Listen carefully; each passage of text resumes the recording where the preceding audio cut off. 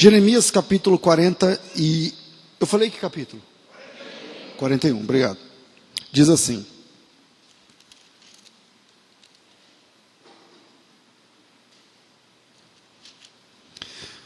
sucedeu, porém, no mês 7º, que veio Ismael, filho de Netanias, filho de Elissama, de sangue real, e os capitães do rei, a saber, 10 homens com ele, vieram a Gedalias, filho de Aicão, a Mispa, e ali eles comeram pão juntos em Mispa. Às vezes na sua Bíblia fala Mispá. E levantou-se Ismael, filho de Netanias, com os 10 homens que estavam com ele, e feriram Gedalias, filho de Aicão, filho de Safã, a espada, matando assim aquele que o rei da Babilônia havia posto sobre a terra. Também feriu Ismael todos os judeus que estavam com Gedalias em Mispa, como também aos caldeus, homens de guerra que se achavam ali. Sucedeu, pois, no dia seguinte, depois que ele matara a Gedalias, sem ninguém saber, vieram homens de Siquém, de Siló e de Samaria. Homens de Siquém, de Siló e de Samaria. 80 homens vieram com a barba raspada, as vestes rasgadas, o corpo retalhado. Traziam nas mãos ofertas de manjares, incenso também, para levarem à casa do Senhor. E saindo-lhes ao encontro, Ismael, filho de Netanias, desde Mispa, ia chorando. E sucedeu que, encontrando-os, lhes disse: vinde a Gedalias, filho de Aicão. Quem não está prestando atenção, ele já tinha matado Gedalias, mas ele diz: vinde a Gedalias, filho de Aicão. Sucedeu, porém, que, indo eles até o meio da cidade, matou-os Ismael, filho de Netanias, e os lançou num poço, ele e os homens que estavam com ele. Mas houve entre eles 10 homens que disseram a Ismael: não nos mates, porque temos no campo tesouros escondidos. Temos trigo, cevada, azeite e mel. E ele, por isso, os deixou e não os matou com os seus irmãos. O poço que Ismael lançou todos os cadáveres dos homens que feriu por causa de Gedalias, é o mesmo poço que o rei Asa, por causa de Baasa, rei de Israel. É o mesmo poço que fez o rei Asa, por causa de Baasa, rei de Israel. Foi nesse mesmo poço, então, que Ismael, filho de Netanias, encheu de cadáveres. Amém. Eu queria... Esse ensino de hoje, era bom a gente ler do 40 até o 44, mas é muita coisa, né? Para a gente, só a leitura aí vai demorar uns 15, 20 minutos, e a gente tem pouco tempo, como sempre. Mas hoje eu queria falar um pouquinho, para quem não tem muita familiaridade com a história do Reino do Sul, a história de Judá. Vou começar falando, hoje eu quero falar sobre como reagir diante de perdas. Como reagir diante de perdas. Mas antes eu queria falar o seguinte: o pano de fundo é o chamado do profeta Jeremias. O profeta Jeremias foi chamado muito jovem. Tão jovem que, segundo os estudiosos, ele tinha aí 13, 14 anos. Era um adolescente. Tão jovem que, diante do seu chamado, ele se achava uma criança. Ele disse: Senhor, eu sou uma criança. Não é? Até porque uma pessoa de 12, 13 anos para um ministério profético é um moleque, é uma criança. E durante quase 40 anos, 39 para ser exato, porque o ministério do Jeremias é do ano 626 até o ano 587 a.C., já que se conta de trás para frente, enfim. E nesses quase 40 anos de profecia, o Jeremias profetizou sempre a mesma coisa. Olha que interessante. Eu não sei se é bom ou ruim, porque a grande preocupação para quem pastoreia, e eu estou nessa lida há muitos anos, eu termino o culto de hoje orando o que eu vou pregar domingo. O que eu vou... Porque você pensa que é fácil, você está na frente de uma igreja há tantos anos, e ainda mais na Genuína, que nós não temos assim a prática de cada semana trazer um pregador. Raramente, muito raramente, vem aqui alguém e usa esse microfone. Então, a grande questão é qual é a mensagem de Deus? É oração, é leitura, é estudo e tal? Qual é a próxima? Qual é a próxima? Então eu não sei se é bom ou ruim, se é chato ou é legal, mas o Jeremias pregou uma mensagem só a vida inteira. Ele é um cara que ficou 40 anos profetizando, e a pregação dele é sempre a mesma coisa. Tem algumas variações, mas o arcabouço, o cerne da mensagem do profeta Jeremias é a seguinte: gente, vamos colocar a mão na consciência, vamos nos voltar para o Senhor, porque se a gente não se arrepender, o Nabucodonosor está vindo aí. A primeira vez que o Jeremias profetizou isso, o Nabucodonosor não era ninguém. A primeira vez que o Jeremias falou Nabucodonosor, o Nabucodonosor não era nem rei. Não estava em evidência. Ninguém. Então falar, o Nabucodonosor está vindo aí, era como não dizer nada. Porque quem é Nabucodonosor? Não é ninguém. E o Jeremias, ele profetizava falando o nome do cara. E aí, os anos foram passando e a profecia e a palavra profética de Jeremias é sempre a mesma. Sempre a mesma. Por causa da idolatria de vocês, porque o coração de vocês está voltado para vocês, se vocês não se arrependerem e se converterem, algumas desgraças vão acontecer. Primeiro, o Nabucodonosor vai invadir a cidade. Ele dá detalhes. Do meio para o fim do ministério, ele vai dando mais detalhes. Ele diz assim: primeiro Nabucodonosor vai cercar a cidade. E esse cerco vai durar 2 anos. Depois ele vai invadir a cidade. Depois ele vai começar a levar pessoas para a Caldeia, para a Babilônia. Depois ele vai destruir a cidade. Depois, se vocês não se arrependerem, se a gente não se consertar e tal. Bom, e nessa pegada, de rei a sacerdote, estava todo mundo envolvido. Aliás, o próprio sumo sacerdote já espancou o profeta Jeremias, mais de uma vez. Então, durante quase 40 anos, ele profetizou sempre a mesma coisa. Mas ninguém deu ouvidos a ele. Pastor, o que isso fala para mim? Isso fala para a gente que o nosso chamado nem sempre muda o cenário. Nem sempre aquilo que você foi chamado para fazer vai mudar o cenário. Mas se aquilo que você foi chamado para você mudar você, já temos uma coisa. Já é alguma coisa. Eu sei que na pós-modernidade que a gente vive, no neopentecostalismo que a igreja evangélica atravessa, falar a verdade da Bíblia é destoar, é sair do tom e ficar falando sozinho, geralmente. Porque o público evangélico da nossa geração é o público do show, é o público do auê, é o público da bênção, eu abençoo, eu te abençoo, eu te não sei o que lá, tal, tal. Esse pessoal, quando esse pessoal descobre, quando esse pessoal do eu te abençoo, eu declaro, eu não sei o que lá, quando esse pessoal descobre que nada disso está na Bíblia, quando esse pessoal descobre que o evangelho está alguns quilômetros mais para baixo, aí você fica impopular.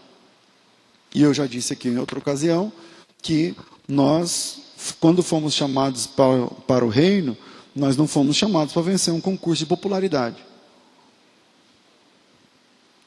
Ou seja, falar a verdade da palavra de Deus, geralmente gera efeitos colaterais. A gente perde amigos, a gente perde a popularidade. E quem prega o evangelho de verdade, na verdade, sabe na prática isso que eu estou falando aí para vocês.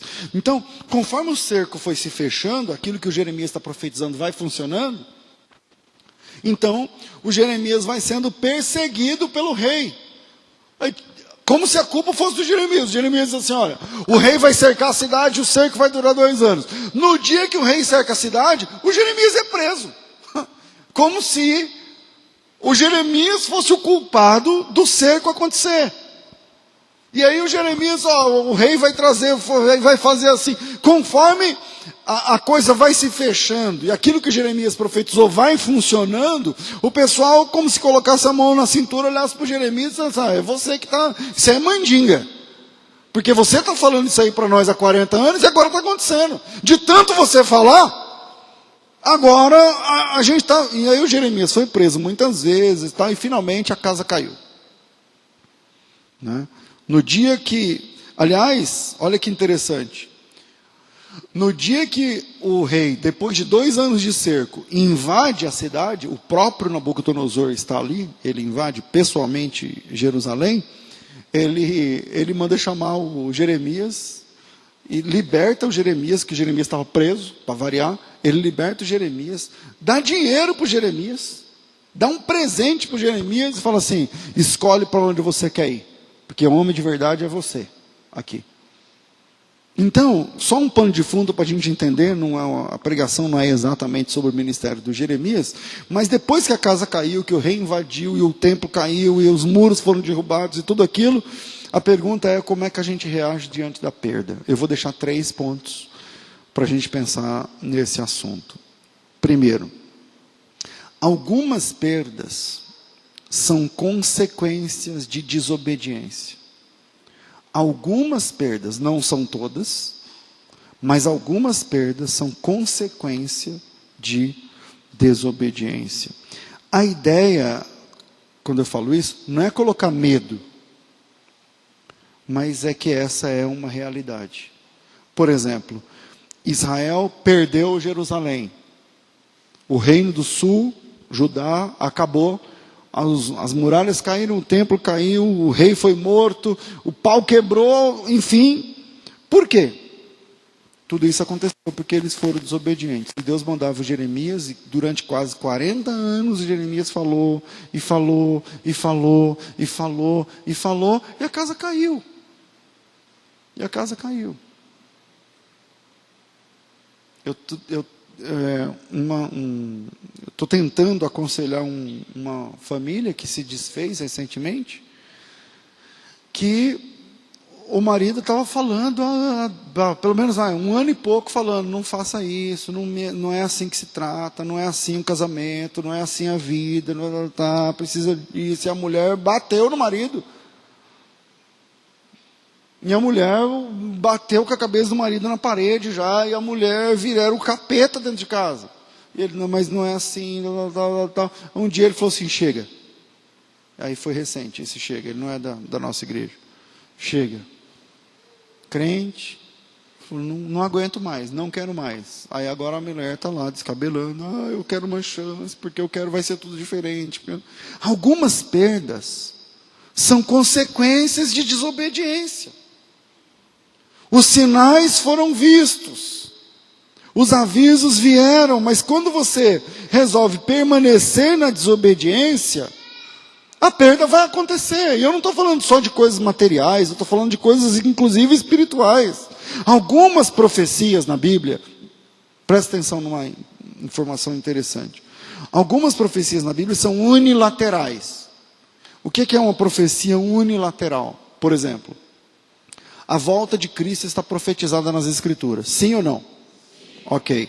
Todos nós esperamos e aguardamos a volta de Jesus Cristo. Amém, irmãos? Ok. Essa profecia é unilateral. Não depende da gente. Ele vai voltar. Não, se você for bonzinho, ele vai voltar. Se você não for bonzinho, ele vai voltar. Se você morrer salvo, ele vai voltar. Se você morrer perdido, ele vai voltar. Se chover, ele vai voltar. Se não chover, ele vai voltar. Se a camada de ozônio não sei o que lá, ele vai voltar. Se chover canivete, ele vai voltar. É uma profecia unilateral. Jesus Cristo voltará para buscar a sua igreja.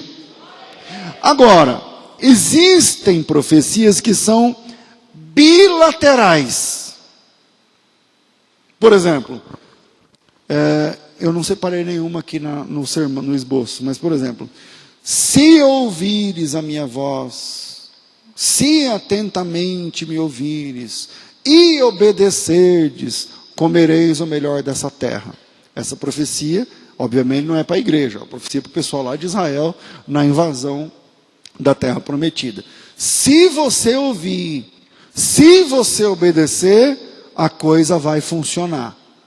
Mas a coisa funcionar está condicionada a você ouvir e você obedecer. Essa profecia é uma profecia bilateral. Ou seja, para você viver essa profecia, você tem que cumprir sua parte no contrato. É um contrato, uma aliança, onde Deus tem a parte dele e você tem a sua. Se você cumprir a sua, você vai desfrutar de Deus.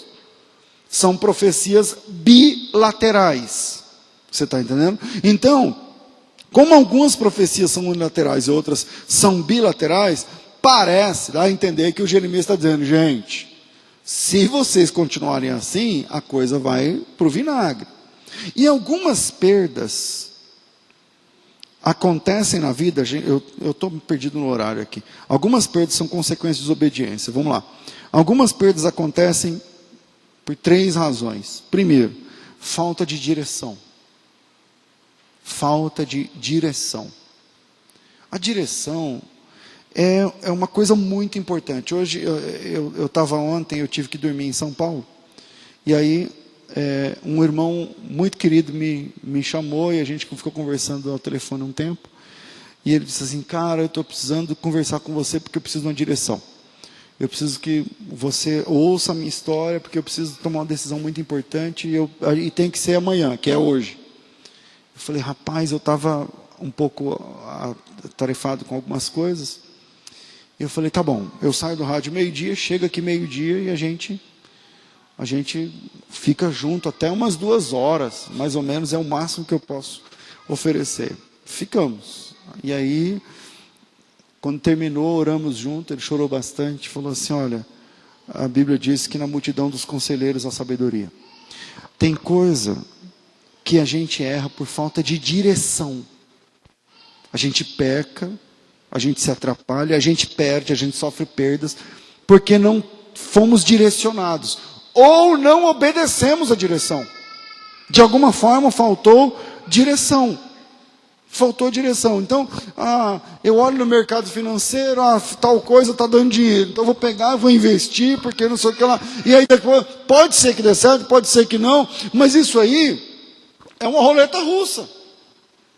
A menos que você tenha uma palavra de direcionamento. Tem gente que casa sem direção. Às vezes é a pessoa para casar, mas não era a hora. Às vezes não é a pessoa. Você está lá no namoro, está empolgado, a hora está passando, você olha no relógio, fala, nossa, já vou fazer 30. Eu tenho que casar, Mas falta direção. Algumas perdas acontecem por falta de direção. O fulano vai ser fiador do Beltrano. Você pediu direção? Pediu direção. Eu me lembro de uma situação de uma família muito querida. E aí, eu estava olhando a irmã murcha lá na igreja, murcho, o marido, a irmã. Eu falei, escuta, que estão murcho? Passou uma situação aí e tal, mas não quero atrapalhar o senhor, não sei o quê. Passou um tempo murcho. Eu falei, o que está acontecendo? Não, pastor, tem um parente nosso que queria abrir um negócio, aí mostrou na planilha uma coisa maravilhosa, eu entrei. E aí colocou tudo no meu nome, o aluguel do negócio era acho que 30, 40 mil. Do galpão, do não sei o que, tal. E aí saiu fora, ficou para mim, agora está pedindo a minha casa. Veio a ação judicial, vai levar a minha casa. E tal. Falta de direção. Algumas perdas acontecem, primeiro, falta de direção. Segundo, falta de obediência. Quando tudo está sinalizando para não, você fala, não, mas eu quero, então eu vou. Então não é falta de direção, a direção já veio, mas você não obedeceu. Então, primeiro, falta de direção. Segundo, falta de obediência. E por incrível que pareça, para a gente sair logo do primeiro ponto, às vezes, nem é falta de direção e nem é falta de obediência, mas às vezes perdas acontecem para a gente aprender e para a gente ter experiência naquela perda. Por exemplo, no Salmo 119, é o mais longo da Bíblia, está escrito assim no versículo 67. Salmo 119, 67. Antes de ser afligido, eu andava errado, mas agora eu guardo a sua palavra. Quer dizer, ele foi afligido para aprender a andar certo. Ele se deu mal, veio a aflição, veio a perda, de alguma forma, para que ele aprendesse a andar direito, se posicionar. Veja o versículo 71. Para mim, foi bom ter sido afligido, para que eu aprendesse os seus estatutos. Então, primeiro ponto, algumas perdas são consequência de desobediência. A queda de Judá não foi falta de falar, não foi falta de profecia, não foi falta de oração, não foi falta de alguém de Deus falando assim, não vai por aí, não assina, não vende, não compra, não deixa, não vai, não faz, não viaja, não troca. Não foi falta. A direção veio da parte de Deus. Mas Judá escolheu não obedecer. Existem algumas quedas, algumas perdas que não são falta de falar. Agora, eu não sei. Pode ser de casamento, no ministério, no trabalho, na vida financeira, não importa. Irmãos, uma coisa é importante para a gente finalizar esse primeiro ponto. A vontade de Deus não muda. O que Deus falou ontem não vai mudar daqui 2 anos. Não, eu sei que é contra a vontade de Deus, mas eu vou apostar, porque quem sabe daqui 2 anos a coisa muda. Deus não muda. Se não é a vontade de Deus agora, daqui 2 anos não será a vontade de Deus, daqui 10 anos não será a vontade de Deus, e não é Deus não muda, Deus é imutável. Então, se você está orando e veio o não da parte de Deus, é não. É mais barato, mais fácil você lidar com o não agora, do que você se tornar desobediente, vai implementar, vai fazer, vai acontecer, vai para cima e vai perder. E lá depois você vai chorar, não, pastor, sabe o que acontece? O que Deus falou? Não, mas eu acreditei, porque não vai mudar. Segundo, encare a sua realidade de frente nas perdas. A igreja evangélica no Brasil, durante esse evento de neopentecostalismo, e já se fala de pós-neopentecostalismo, tem um efeito colateral ruim muito grande no neopentecostalismo. O crente neopentecostal, ele não é treinado para perder. O neopentecostalismo não treina ninguém para perder, só para ganhar. Então, se você sabe, você comprou um carro, mesmo que seja financiado. Então, meu irmão, comprou, tá com você, tá comigo. Não pagou nenhuma parcela, mas tá com você, tá comigo. O carro não é do cara, é do banco. Mas está com você a chave, tá. Então traz aqui a chave, vamos ungir, vamos orar, vamos levar esse olhinho, pinga no carro, e vem aqui contar o testemunho. Irmão, eu estava andando a pé, agora estou com esse carro aqui, 2018, e porque não sei o que lá, tal. O neopentecostalismo é treinado para contar as vitórias, por menores que sejam. O menor que seja. O cara lá do serviço te pediu desculpa. Pastor, eu quero contar um testemunho. O cara lá foi lá, me chamou na reunião, falou, você me desculpa, não sei o quê. Então eu fui honrado. E todo mundo pediu desculpa para ele. Essa é a realidade do neopentecostalismo. Qualquer vitória, por menorzinha que seja, é encarada como sendo um ato unilateral de Deus, só para te honrar em detrimento de qualquer outra das pessoas. Que vai de vaga no estacionamento até a promoção na firma, a compra de sei lá o quê. Mas quando a pessoa sofre um revés, uma perda, ela não é tratada com a mesma atenção no neopentecostalismo. Perdeu, tipo assim, fala baixo. Irmão, pois é. Não, mas Deus vai dar vitória. Porque não sei o que e tal. Não vamos nem... Alguém aqui tem uma vitória para contar? Uma bênção. Essa é a realidade do neopentecostalismo. Você tem uma coisa legal para contar? Sobe aqui, microfone e tempo que você quiser. E o seu nome, como é que é, como é que foi? Não, conta os detalhes e tal. Agora, se você está chorando, aí cada um com seus problemas. Aí a gente, vamos fazer o quê? Ou você não entendeu direito, ou você está em pecado, alguma coisa, mas não vai para o púlpito falar. Então, o segundo ponto, eu queria dedicar tempo nesse segundo ponto, mas não vou conseguir. Encare sua realidade de frente nas perdas. Isso é muito importante. Por que, historicamente falando, por que Nagasaki e Hiroshima foram devastadas com a bomba atômica? Porque eles não aceitaram a derrota. Quem estudar a guerra dos Estados Unidos contra o Japão, você vai perceber que antes da bomba atômica ser lançada, os Estados Unidos já tinham ganhado um mês antes. Um mês antes. Mas eles não davam o braço a torcer. E ficavam matando os soldados que estavam indo embora. Até que o presidente apertou o botão e falou, então tá bom. Já que vocês não se dão por vencidos, então vai mais uma aí, vamos ver, para conta. E aí resetou o Japão inteiro, apertando um botão. Por quê? Porque não encara a derrota de frente. Nem sempre a gente ganha. Tem hora que a gente perde. Noemi. Agora vai ser até o fim, se eu ficar falando. O nome dela na Bíblia hebraica é Naomi. Vai. Noemi.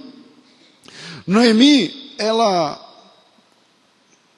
Se quem quiser, volta lá, depois entre Juízes e Samuel, tem lá o livro de Noemi, Ruth. E lá conta a história de Noemi. Noemi, ela casada, ficou viúva, mas tinha 2 filhos. Esses meninos casaram.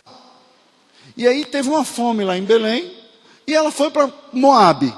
Chegou lá em Moabe, na linguagem da molecada de hoje, deu ruim. Não funcionou. Tudo aquilo que ela estava pensando, ou viajamos, eu não sei se você já projetou, eu já tive uma dessa. Uma vez, eu trabalhava no instituto,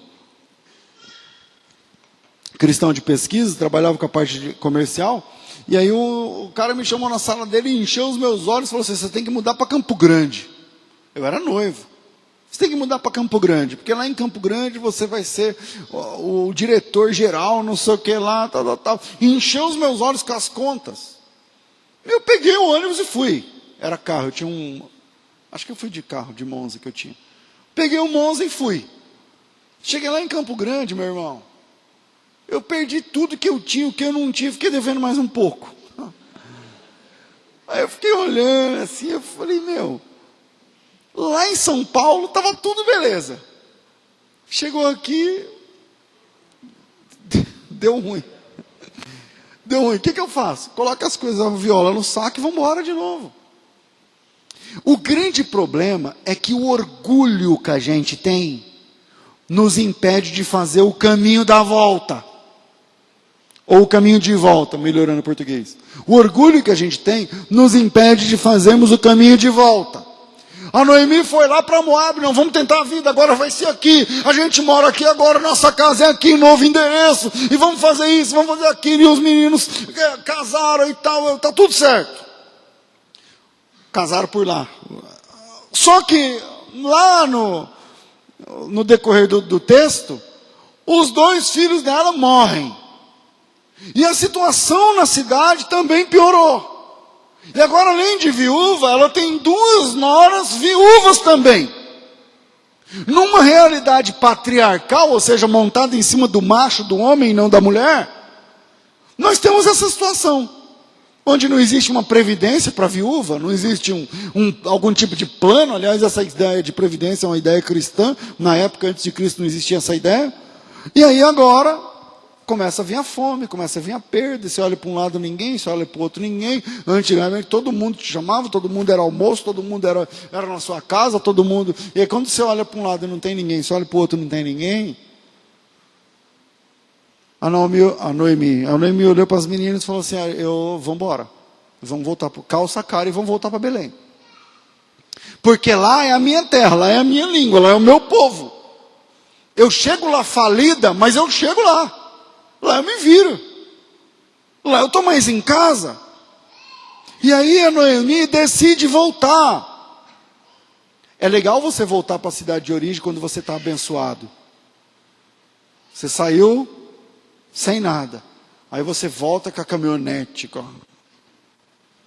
Vamos lá no meu sítio, vamos lá no meu...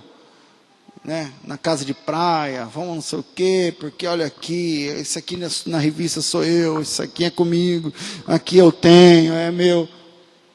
Agora quando você volta pior do que você saiu, cara,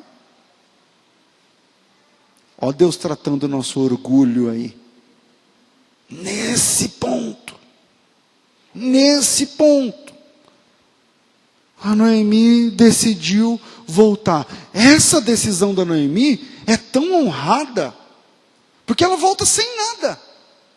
Ela volta sem como diz lá no Mato Grosso, sem um gato para puxar pelo rabo. Ela não tem nada mais. Absolutamente nada. E aí vem o orgulho. E o orgulho é uma desgraça. O orgulho é uma desgraça. Ela olha, ela até fala sobre um lance de mudar o nome, não foi?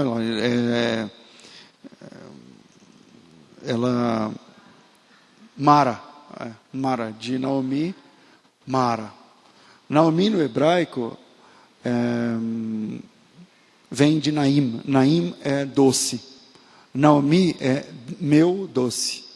Quando ela nasceu, o pai dela olhou para ela e falou assim: essa menina vai chamar meu doce. É o doce do pai. Isso é Naomi, é o nome dela, a origem do nome dela, Naomi. Por isso que lá na frente ela fala assim: por que eu vou me chamar meu doce, doce do pai? É Amara, meu nome é amarga. Eu não sou doce, a minha vida não tem sido doce, a minha vida tem sido amarga. Mas ela tem um ponto positivo. Ela se expôs, ela mostrou a cara, deu a cara para bater. Disse assim: a gente volta, mas o que a gente fala quando a gente chega lá? A gente fala que deu tudo errado. A gente fala que deu tudo errado e que a gente chegou de volta. E vamos tentar a vida aqui. E vamos. Então, segundo, encare a sua realidade de frente. Para de arrotar caviar, se não é o que você está comendo. Custa caro. E o custo que eu falo não é só financeiro. Eu tinha um primo, ele morreu. Mas, bom, a morte dele não tem relação com o que eu vou falar. E aí, ele trabalhava numa empresa boa, mas ele não tinha nada. Mas começou a ganhar bem. Meu cara, ele não tinha dinheiro para comprar um carro, ele alugava uma caminhonete. Só para andar de caminhonete. Quanto que é por mês? Você sabe que o aluguel de carro vai do pequenininho, sem ar, sem vidro, sem nada, o seco, o básico, porque tem o básico, o médio e o bacharel. Você pega o do básico e aí custa tipo R$100 por dia. E a caminhonete? 700. Eu falei: não, quanto que é a caminhonete por mês? Aí o dia que eu olhei para ele, estava com caminhonete da Mitsubishi, diesel, não sei o que lá. Eu falei assim para ele, a gente chamava ele de Day. Eu falei: Day, caramba, você não acabou de entrar nessa firma? Você já está ganhando para ter... Aí ele me chamou e falou: não, essa aqui é alugada. Eu falei assim... Mas o dinheiro que você alugou essa caminhonete aí, de uns 3 meses, você compra o Gol. Já. Você já compra o carrinho. Não, mas Gol para mim, eu não sei o que, um cara na minha posição. Eu falei: que cara da sua posição? Posição de quebrado. Que acabou de começar a ganhar dinheiro. Vamos ser realistas. Vamos ser realistas. A Noemi ganhou ponto quando ela diz assim: vamos enfrentar a nossa realidade de frente. Faliu, quebrou, parou, morreu, acabou. acabou. Então beleza, mala nas costas e vamos lá, diante do Senhor. Eu falei, voltamos e vamos começar tudo zero de novo. Se Deus quiser, Ele vai nos abençoar. E Deus quis, e Deus abençoou aquela família. E a Ruth se casou com Boaz e se tornou vó de Davi. Então encare a sua realidade de frente nas perdas. O que isso tem a ver com Jeremias? Tem a ver com Jeremias, porque quando o Nabucodonosor invade a cidade e toma a cidade depois do cerco de 2 anos, ele fez o seguinte: ele selecionou os poderosos, os ricos, os inteligentes, tal, levou para Babilônia. Ele já tinha feito isso desde Daniel. O Daniel está na primeira leva, o Daniel é dos inteligentes aí, dos universitários que o Nabucodonosor pescou a dedo para levar para Caldeia, para Babilônia. E aí agora, o que o Nabucodonosor fez depois de invadir a cidade? Destruiu a cidade, destruiu o templo, destruiu o muro, destruiu a casa, matou o rei, matou os filhos do rei. Ele mandou o rei ajoelhar, Zedequias. Ele matou os filhos do cara na frente dele. E depois arrancou os olhos do rei. Para dizer assim, a última coisa que você viu foi a morte dos seus filhos. E agora você vai ser escravo lá, na Caldeia. É isso que o Nabucodonosor faz. E aí quando a casa caiu mesmo, e que ele invadiu e fez todas essas atrocidades, ele chamou os pobres e disse assim para os pobres: vocês que são pobres, eu vou deixar vocês aqui. Aliás, eu vou dar terra para vocês. O Nabucodonosor fez isso. E aí deu um pouquinho de terra para um, para outro, tal. Deixou o pessoal meio que funcionando em Judá numa forma precária. Estão me entendendo? E aí ele pega, mata tal, liberta o Jeremias, estava preso, tal, vai para a Caldeia. Mas ele deixa um cara na Judéia chamado Gedalias. Depois vocês estudam sobre esse cara. Gedalias. E o Gedalias foi colocado por Nabucodonosor, que agora é quem manda, como um tipo de governador fantoche. Ele é um governador dos pobres que ficaram, mas ele presta continência para Nabucodonosor. Certo? E aí, só que ele achava que o Gedalias era só um fantoche, só que o cara era um mega de um administrador. E aí o Gedalias entra na jogada e começa a restaurar, e começa a buscar recursos para reerguer a cidade e tal. E aí vem um cara chamado Ismael, que não tem nada a ver com o Ismael lá do Abraão, da Hagar, desse pessoal, mas ele também chama Ismael. Esse cara vem, ele é parente de Zedequias, que tinha visto os filhos morrer e perdeu os olhos, e depois que terminou morto também. E aí ele vem e fala, ele está preocupado não com a situação da nação, ele não está preocupado com o dinheiro do povo que acabou, ele não está preocupado que o templo caiu, que os muros caíram, não está preocupado com nada. Ele está preocupado com o seguinte: quem é o governador agora? Não, o governador agora é o Gedalias. Não, mas eu tenho o sangue do rei. Tem que ser comigo o negócio. E por causa disso, ele mata o Gedalias. Ele vai, toma café com o cara, tal, e depois acaba matando o Gedalias. Nisso que ele mata o Gedalias, e o Gedalias já estava na administração há algum tempo, e a cidade começou a tentar acreditar de novo que podia se reerguer, entramos no terceiro e último ponto. Já passei 1 minuto, vou terminar rápido, em alguns minutos. Aí entramos no terceiro ponto.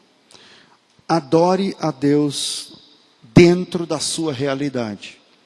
Adore a Deus dentro da sua realidade. Depois da queda, Gedalias assume, Ismael mata Gedalias. Estão me acompanhando? Mata Gedalias. E meio que assume o poder. Mas no day after dessa morte, que ele mata o Gedalias, chegam 80 homens lá em Judá, que na verdade, como Jerusalém foi completamente destruída, ele muda a sede do governo de Jerusalém, que o palácio foi destruído, e ele muda para, está escrito aí, uma das cidades, são 3, Mispá.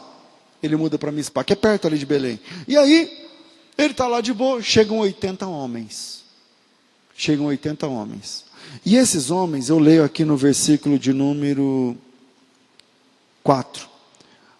Sucedeu que no dia seguinte, depois de ele matar Gedalias, sem ninguém saber, eis que vieram homens de Siquém, de Siló e de Samaria, 80 homens com a barba raspada, vestes rasgadas e corpo retalhado.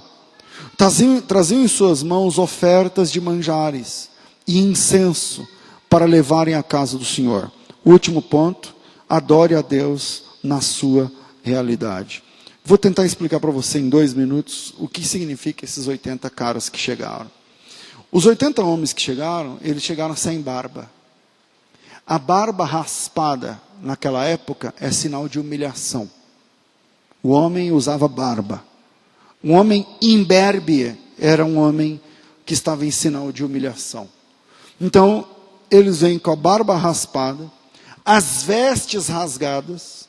Também as vestes rasgadas pode ser ou indignação ou humilhação. No caso aqui também é um sinal de humilhação. Então eles têm a barba raspada, o corpo retalhado. Sabe aqueles caras que ficam olhando e se debatendo entre os católicos? Esse costume não é católico, é judeu. E eles vêm nessa pegada aí de pós cinzas, pano de saco rasgado, a barba raspada e tal. E eles vêm trazendo na mão 2 coisas. Ofertas de manjares, é um nome estranho na Bíblia para falar sobre ofertas de frutas, que eram colocadas sobre o altar e eram queimadas num determinada época do ano, em reconhecimento da colheita. Oferta de manjares. E eles também trazem nas mãos o quê? Incenso. O incenso é uma especiaria feita pela mão do homem, que ela é composta de 3 elementos. Um chama gálbano, outro chama estoraque, outro chama onixa. Esses 3. Desses 3, a última, onixa, é um marisco. É um negócio que vem do mar. Então eles fizeram esse incenso fora do templo. Eu estou dando esse detalhe porque tudo isso é fora, o templo caiu. Não tem mais templo. Se não tem mais templo, não tem mais altar. Se não tem mais templo, altar, sacerdote, todo mundo acabou. E esses caras chegam com ofertas de altar. Aquelas ofertas que eles trazem, ofertas de manjar, eram ofertas para altar, que não existe. O altar não tem mais. Estão me entendendo? O altar foi destruído, o templo acabou. Mas eles chegam com ofertas de altar. E eles chegam com incenso que deve ser queimado dentro do templo, não é na casa.